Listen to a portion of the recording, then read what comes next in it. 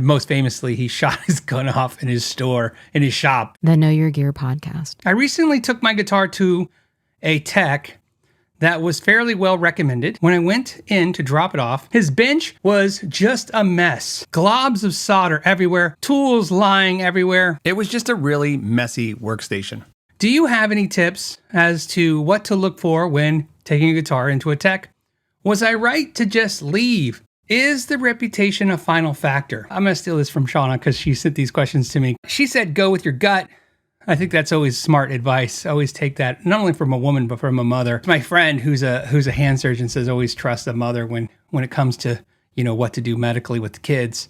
They just have this intuition. I'll go with it. He's a smart guy. I kind of trust that logic too. So she says, go with your gut. You did the right thing. But let me break it down into some logic. I used to keep my workstation super clean. Have you guys been watching this channel long enough? You saw the original workstations you saw were actually my workstations when I was a guitar tech at my store. And then, of course, then it became my workstation where I had people come to me outside the store. Now it's just for educational purposes only at this point. Either way, my stations were always super, super clean. You don't see a whole lot of garbage and stuff on my bench.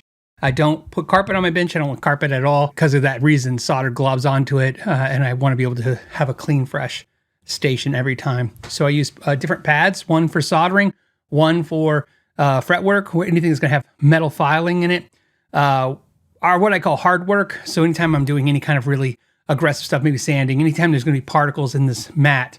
And then, of course, I have a clean mat for setups because, again, I just don't want any of those things to scratch the back of the guitar. Couple things. First, I actually care about your guitar. So, of course, I would want you to trust me with your guitar. I would want to trust somebody if I was giving my guitar. That was kind of my reason for it. But there's also a secondary reason, which is one damaged guitar would financially blow out my week if it was the right guitar. So, imagine, if you will, just throwing some arbitrary numbers. What if you made $1,000 a week and you got a $2,000 guitar sitting on your bench and you damage it? That's your week. It's gone. At the very least, it's gone. You make nothing. You're going to work all week for nothing because, it's not like some other repair industries where you make a lot more money and there's a lot less stuff to destroy. I mean, I understand some repair industries are even harder than mine for sure. But I'm just saying, you really can't afford to destroy anybody's product. But the other secondary thing is the reason why I keep my bench clean. Like, let's say you pick up your guitar. Look, we're all the same. You pick up your guitar, you don't remember that scratch there. You don't remember that mark. You don't remember that. It happens all the time. Did it always there? Especially if I used. You're like, was that always there?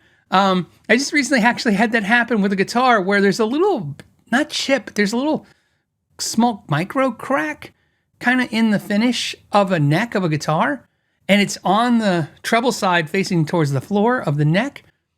And I'm like, was that there when I bought it? Did I not notice that? I just can't remember. And I looked in the case to see if anything happened or anything.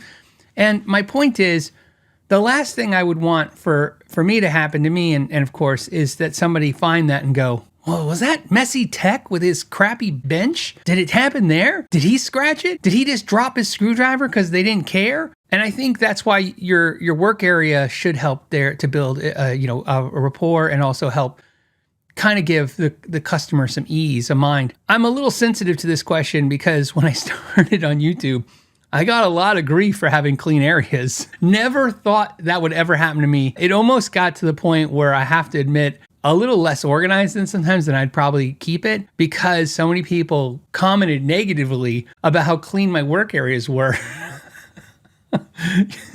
Like, why are your tools all put away all the time? And I'm like, well, this is just how I built how I'm going to work.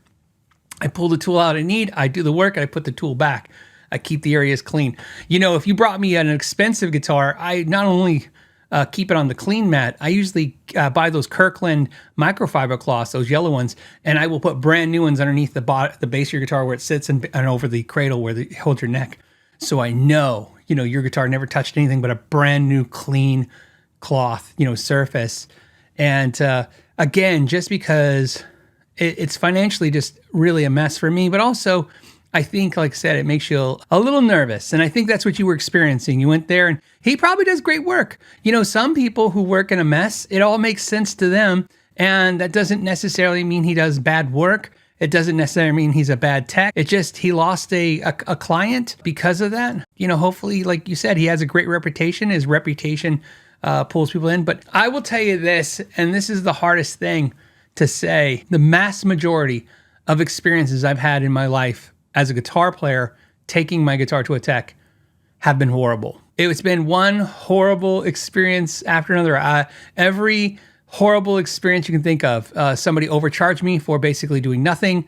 They flat out lied to me. When I moved to Phoenix, when I got out of the Army, because what happened was I was living in Tucson, I went in the Army. When I got out of the Army, I moved to Phoenix because for the economy, hey, maybe there's jobs here. When I got here, every musician in town was like, this is the guitar tech to go to. He's the best. He does famous people. It's always like he does some famous person's guitar, which I think is just a load of crock. Anyways, absolute worst experience ever. I brought him, I bought a brand new Warwick bass. It was new to me, used, I guess. Anyways, but it was a beautiful Warwick bass that I had. And it was the lower tier of the made in Germany Warwick. And I wanted to put some better pickups in it.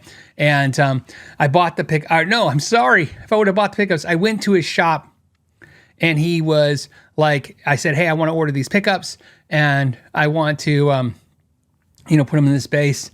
And long story short, I dropped it off.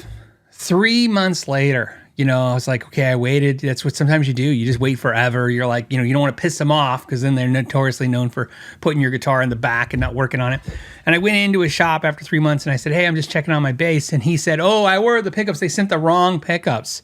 And I'm like, oh my God, they sent the wrong pickups. He's like, yeah, these were the wrong size. And I was like, how is that possible? They're just J bass. There were 2 J pickups. And he's like, yeah, they sent me two and they don't fit. I'm like, oh, okay. So I'm like, whatever, dude. Okay. And 3 more months went by. Then I started calling him when he would answer. And his shop, by the way, this is a shop. And if you're in the Phoenix area, you know who this person is. Everybody knows who he is. Most famously, he shot his gun off in his shop apparently there's a hair salon next door. And he shot the gun through the wall. There's an article, so you can probably Google it and find it. Everybody said he was amazing. I was having this experience where it's like 6 months and it's just a pickup swap, and this is like, you can imagine the pain. You guys all have it too. This is the bass I have. I love it. I haven't even played it. I had it for a couple weeks and now he's had it for half a year. What's funny is finally I called and called.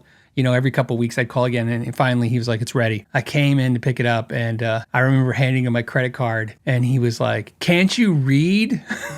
Which apparently I can't read. He's making fun of me for not being able to read. And there was a sign under the counter low, guess I was too tall for it, that said, no credit cards. And I said, where should I get some cash? And he goes, try a bank. So I got in my truck and I drove up and down. This is so long ago, no GPS, no nothing. Just driving up and down the street all the way up looking for a bank and our ATM. And I finally found one, got the cash, went and gave him the cash, got my bass. And it wasn't even wired up correctly. But here's what's interesting about that. It was a horrible experience. And this is why I tell you the story, not to share an experience of a tech that's not even doing stuff anymore. It's what I learned from this experience. Over the years, I would still hear people say, oh, he's the best. He's the best. Later, through time, obviously I started building basses. I started fixing things. I opened my own shop. I become a tech. I become backlogged. Still to that day, people would come in. And this is what would happen. People would come in and say, so-and-so, this person, just ruined my instrument. Or screwed it up. Or halfway through it, refused to keep working on it because I upset him. And I would get those stories weekly. Horrible, horrible stories. And then what's strange about that is every week I would also hear, he's the best. He only works on my stuff. He's amazing. He's like, no one does, like, no offense, Phil, you just don't do work as good as him. He's the best. I like you, buddy, but he's the best. He did this. Look at what he did. And they would show me his work. It's amazing. It's amazing. And through time, finally, I demystified the mystery. If he likes you, he does good work, and if he doesn't. And guess what I found out? When I first went to him, I was working a corporate job, and because I had a corporate job, I had to wear slacks and a dress shirt, and I think a tie. I think I was wearing a tie. I think you had to wear a tie. So one day somebody says, he hates wannabes. So if you came in and he thought you were a hobbyist or a wannabe, which apparently I was with my shirt and dress slacks, he just hated you and just wouldn't do good work. And then I heard that, and I'm going to tell you right now, every time somebody came and told me a story, not to hurt any of their feelings, when they were like, he's horrible, I'd go look him up and down and go, that's what I would call a wannabe like me, not dressed right, not the real deal. And that's why, and that's also to answer your question, why a guitar tech can have a great reputation and also be as shitty as hell. I mean, that is absolutely the truth. That's just how it goes. And it's a funnier story for local people in Arizona because everybody kind of knows him. And I don't know if he's still working on stuff or not. There's millions of those stories in the biz. It's a weird industry, right? I don't know. I don't understand it sometimes. But that hopefully answers your tech question. Good job. And also to the rest of the techs, keep your bench clean. So if you enjoyed this podcast clip, you can watch another one if you click right there, or you can watch the whole podcast if you click right here. And as always, I want to thank you for staying till the end and know your gear.